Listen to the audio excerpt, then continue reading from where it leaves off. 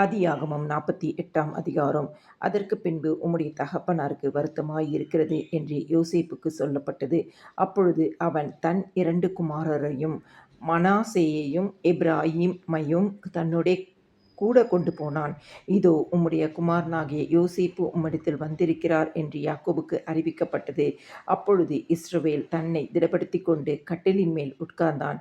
யாக்கோபு யோசேப்பை நோக்கி, சர்வ வல்லமையுள்ள தேவன் கானான் தேசத்தில் உள்ள லூஸ் என்னும் இடத்தில் எனக்கு தரிசனமாகி என்னை ஆசீர்வதித்து, நான் உன்னை பலுகவும் பெருகவும் பண்ணி உன்னை பல ஜன கூட்டமாக்கி உனக்கு பின்வரும் உன் சந்ததிக்கு இந்த தேசத்தை நித்திய சுதந்திரமாக கொடுப்பேன் என்று என்னோடே சொன்னார். நான் உன்னிடத்தில் எகிப்துக்கு வரும் முன்னே உனக்கு எகிப்து தேசத்தில் பிறந்த உன் 2 குமாரரும் என்னுடைய குமாரர் ரூபன் சிமியோன் என்பவர்களைப் போல எப்பிராயீமும் மனாசேயும் என்னுடையவர்கள்.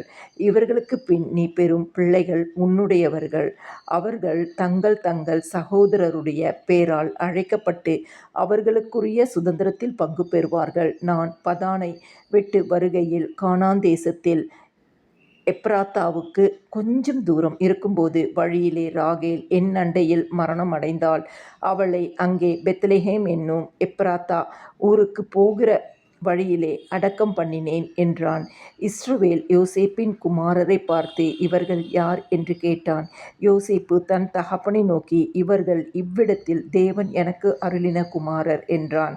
அப்பொழுது அவன், நான் அவர்களை ஆசீர்வதிக்கும்படி அவர்களை என்கிட்டே கொண்டு வா என்றான்.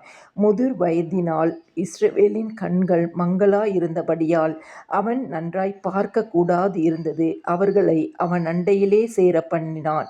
அப்பொழுது அவன் அவர்களை முத்தம் செய்து அணைத்து கொண்டான். இஸ்ரவேல் யோசேப்பை நோக்கி, உன் முகத்தை காண்பேன் என்று நான் நினைக்கவில்லை. ஆனாலும் இதோ உன் சந்ததியையும் காணும்படி தேவன் எனக்கு அருள் செய்தார் என்றான்.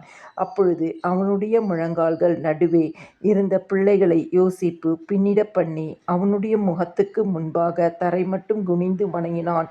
பின்பு யோசேப்பு இருவரையும் கொண்டு வந்து எப்பிராயீமை தன் வலது கையினாலே இஸ்ரவேலின் இடது கைக்கு நேராகவும் மனாசேயை தன் இடது கையினாலே இஸ்ரவேலின் வலது கைக்கு நேராகவும் விட்டான். அப்பொழுது இஸ்ரவேல் மனமறிய தன் வலது கையை நீட்டி இளையவனாகிய எப்பிராயீமுடைய தலையின் மேலும் மனாசே மூத்தவனாயிருந்தும் தன் இடது கையை மனாசேயுடைய தலையின் மேலும் வைத்தான். அவன் யோசேப்பை ஆசீர்வதித்து, என் பிதாக்களாகிய ஆபிரகாமும் ஈசாக்கும் வழிபட்டு வணங்கிய தேவனும், நான் பிறந்த நாள் முதல் இந்நாள் வரைக்கும் என்னை ஆதரித்து வந்த தேவனும், எல்லா தீமைக்கும் நீங்களாக்கி என்னை மீட்ட தூதருமானவர் இந்த பிள்ளைகளை ஆசீர்வதிப்பாராக. என் பேரும் என் பிதாக்களாகிய ஆபிரகாம் ஈசாக்கு என்பவர்களின் பேரும் இவர்களுக்கு இடப்பட கடவது. பூமியில் இவர்கள் மிகுதியாய் பெருக கடவர்கள் என்றான்.